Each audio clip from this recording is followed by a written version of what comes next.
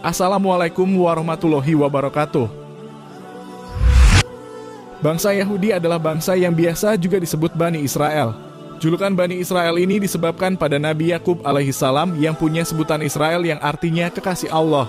Julukan tersebutlah yang membuat bangsa Yahudi merasa derajatnya lebih tinggi dibandingkan bangsa-bangsa lainnya.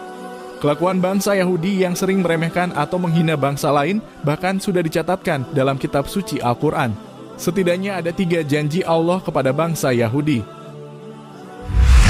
Janji pertama Allah kepada Yahudi. Berbicara tentang bangsa Yahudi membuat ingatan kita tertuju pada tingkah lakunya yang sering meremehkan bangsa lain. Kelakuan bangsa Yahudi ternyata bukan sekedar kebetulan, sebab Al-Quran telah menjelaskan tindak tanduk bangsa Yahudi. Allah berfirman, "Dan kami tetapkan terhadap Bani Israel dalam kitab itu, kamu pasti akan berbuat kerusakan di bumi ini 2 kali dan pasti kamu akan menyombongkan diri dengan kesombongan yang besar. Maka apabila datang saat hukuman bagi kejahatan yang pertama dari kedua kejahatan itu, kami datangkan kepadamu hamba-hamba kami yang perkasa, lalu mereka merajalela di kampung-kampung. Dan itulah ketetapan yang pasti terlaksana." Al-Quran Surah Al-Isra ayat 4 hingga 5.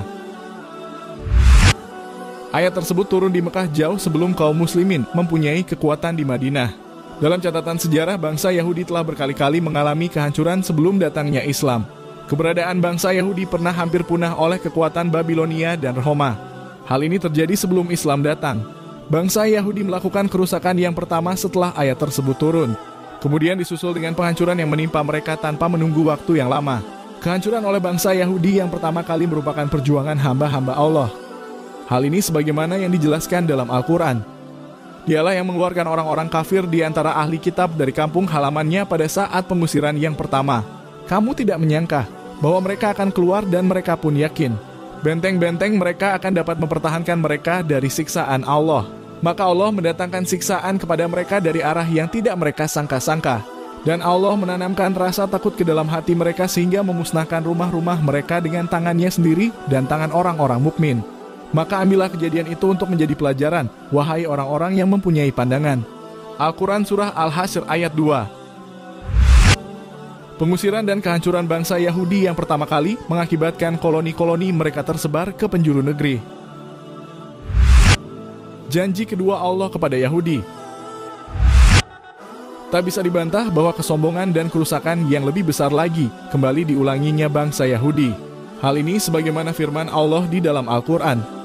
Kemudian kami berikan kepadamu giliran untuk mengalahkan mereka, kami membantumu dengan harta kekayaan dan anak-anak dan kami jadikan kamu kelompok yang lebih besar. Al-Quran Surah Al-Isra ayat 6. Ayat tersebut mengisyaratkan bahwa Allah memberikan kesempatan kepada Yahudi untuk mengalahkan orang-orang yang pernah mengusirnya, yaitu orang-orang yang pernah mengusir dan mengejar Yahudi keluar masuk negeri. Bangsa Yahudi berhasil membalas sakit hatinya dengan menduduki kembali negeri-negeri Syam dan Palestina. Yahudi juga mengalahkan pengaruh kaum muslimin di wilayah tersebut. Maha benar Allah yang menunjukkan janji kedua kepada Yahudi setelah kehancuran yang pertama kalinya. Hal ini terbukti dengan melimpahnya ekonomi maupun politik terhadap bangsa Yahudi Israel. Imigran Yahudi mengalir deras dari segala penjuru negeri ke bumi Palestina tanpa bisa dicegah kaum muslimin. Kekuatan ekonomi dan militer barat hampir seluruhnya berdiri di belakangnya Yahudi. Karenanya kesombongan Yahudi pun meningkat hingga saat ini. Sejarah mencatatkan lembaran hitam kaum muslimin akibat ulah bangsa Yahudi. Janji ketiga Allah dan kehancuran Yahudi. Derita masyarakat Palestina akan penjajahan Israel membuat sedih umat Islam di seluruh penjuru negeri. Kekejian yang dilakukan Israel sesungguhnya hanya akan mempercepat datangnya siksaan dan hukuman Allah. Hal ini sebagaimana yang dijanjikan Allah yang dijelaskan di dalam Al-Quran. Jika berbuat baik, berarti kamu telah berbuat baik untuk dirimu sendiri. Jika kamu berbuat jahat, kerugian dari kejahatan itu kembali kepada dirimu sendiri. Apabila datang saat kerusakan yang kedua, kami bangkitkan musuhmu untuk menyuramkan wajahmu, untuk memasuki Masjid Baitul Maqdis sebagaimana memasukinya ketika pertama kali, dan untuk membinasakan apa saja yang mereka kuasai. Al-Quran Surah Al-Isra ayat 7. Dari ayat tersebut, Allah telah memastikan akan lenyapnya bangsa Yahudi dari muka bumi. Maha suci Allah yang telah memberitahu kepada kaum muslimin akan memasuki kembali Masjidil Aqsa. Hal ini sebagaimana di masa pemerintahan Umar bin Khattab yang menaklukkan bumi Palestina. Dalam kitab Taurat, Allah telah memutuskan bahwa Bani Israel akan memasuki bumi yang diberkati yaitu Palestina. Bahkan di sana mereka akan mendirikan pemerintahan, tetapi kemudian mereka membuat kerusakan besar, sehingga menyebabkan Allah menghukum mereka dengan cara mengirim hamba-hambanya yang tangguh. Setelah kerajaan mereka binasa, mereka diusir dan dicerai beraikan.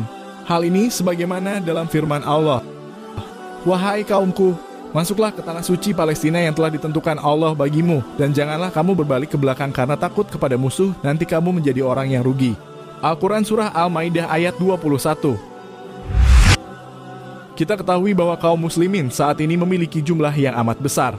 Akan tetapi bagai buih di lautan yang mudah terombang-ambing oleh derasnya gelombang. Allah berfirman, berapa banyak terjadi golongan yang sedikit dapat mengalahkan golongan yang banyak dengan izin Allah. Dan Allah beserta orang-orang yang sabar. Al-Quran Surah Al-Baqarah ayat 249.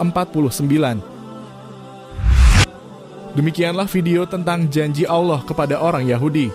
Mudah-mudahan video ini bermanfaat bagi kita semua, amin ya robbal alamin. Wallahu alam bisawab. Wassalamualaikum warahmatullahi wabarakatuh.